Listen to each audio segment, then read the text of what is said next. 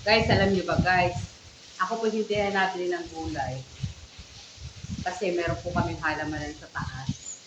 Doon na lang po ako namimitas. Gaya po ngayon, oh, nakakuha po ako ng bulaklak ng kalabasa at saka po yung talbot syempre. At sinamahan ko po ng, meron din po kami itong maraming puno ng malunggay. Ito po, kumuha rin po ako. Ayan. At ihahalo ko po dun sa aking bango. Siyempre, hindi po mawawala itong balanoy, yung favorite pagpabang sa pagkain. At bumili rin po ako ng isda kanina, din nga po ang hinahaluan ko dito ng bangus para meron po kami ulam mamaya. Guys, ang panahon ngayon, umuulan na naman, hindi na tumila. Ako po yung naglaba ng isang araw.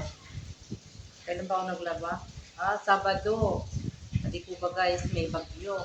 Hanggang ngayon po yung iba hindi pa isasampay. Wala naman po kaming dryer. Hindi na po washing machine na hindi po siya dry. Basta, washing machine lang po. Hindi po siya dryer. Ano tawag doon? Tanim ko po yan, di. Siya po ang may tanim niya, hindi ako. Kasi ako po ay hindi po nakakabuhay ng halaman. Ako po nagtanim. Hindi po ako nakakabuhay ng halaman, kaya siya po ang taga-tanim. Ako po yung taga-pitas. Hindi.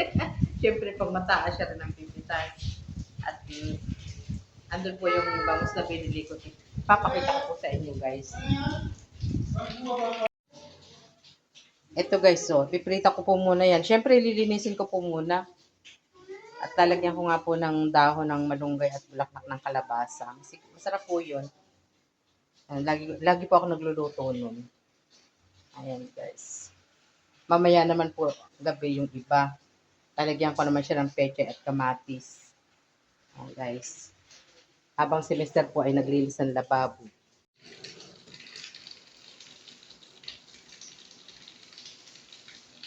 Yan, si Mr. nililinis po yung aming loob ng cabinet ng lababo.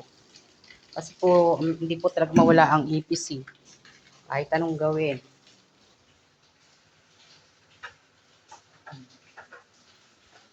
Ito, naglinis na niya. May timbang nakatago. Ganyan po yung aming bigas na kalagay. Alis ko ng ilalim, iniipin pa rin. Iniipis pa rin.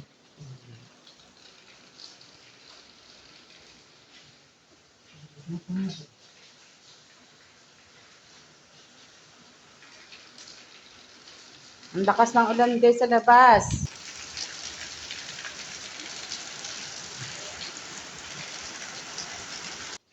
Malinis na po uli yung aming loob ng lababo.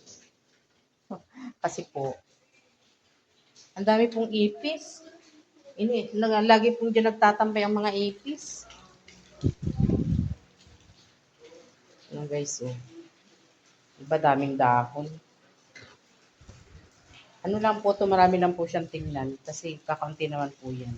At ang panahon nga po ngayon, hindi na lagi pong umuulan. Hindi na ako nakasampay ng damit. Hindi matuyo-tuyo. Okay guys, linisin ko po muna yung isda at ng aking pong maluto na at magutom na po. Anong oras na? Nakakasabik ng humigop ng sabaw po ngayong malamig ang panahon. O di po ba masarap ang sabaw na mainit pag malamig ang panahon? Masarap humigop. O di po ba? Hello guys, ako nagluluto na. Magluluto na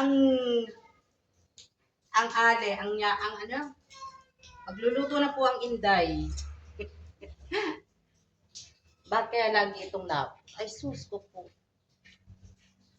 Lagi itong lap ng aming lababo. Yung guys.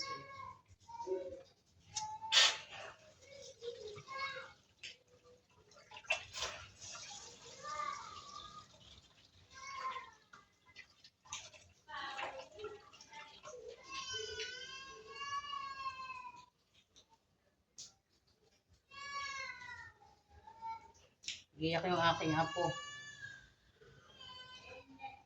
Ang hirap, buntis yung nanay niya. Tapos yung asawa niya wala. Buntis na naman.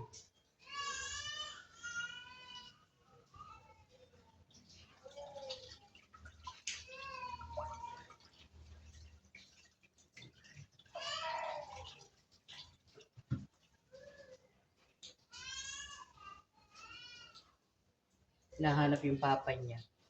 Walang umaga po, ano pong ginagawa nyo?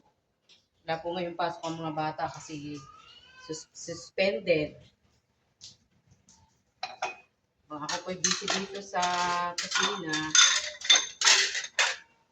Si April na doon. Nagsisel po ay nagawa ng assignment. Yung pong aking binata ay pumasok sa trabaho. May trabaho po siya kahit po siya estudyante pa lang. Trabaho na po.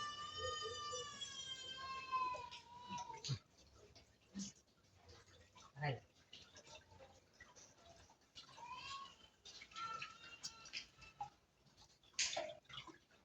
Pupusin po ako ng isda. Ay, ang daming galat ng aming lababo.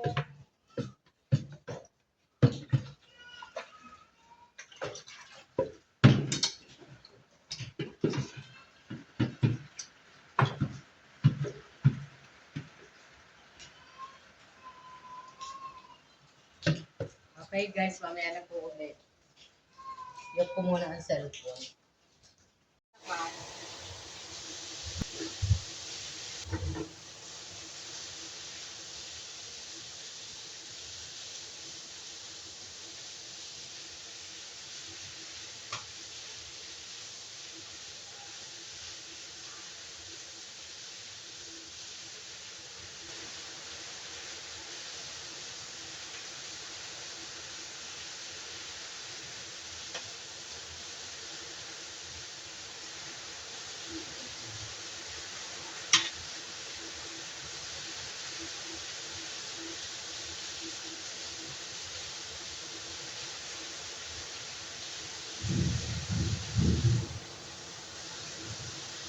Wait lang guys, may kukunin lang ako sa taas.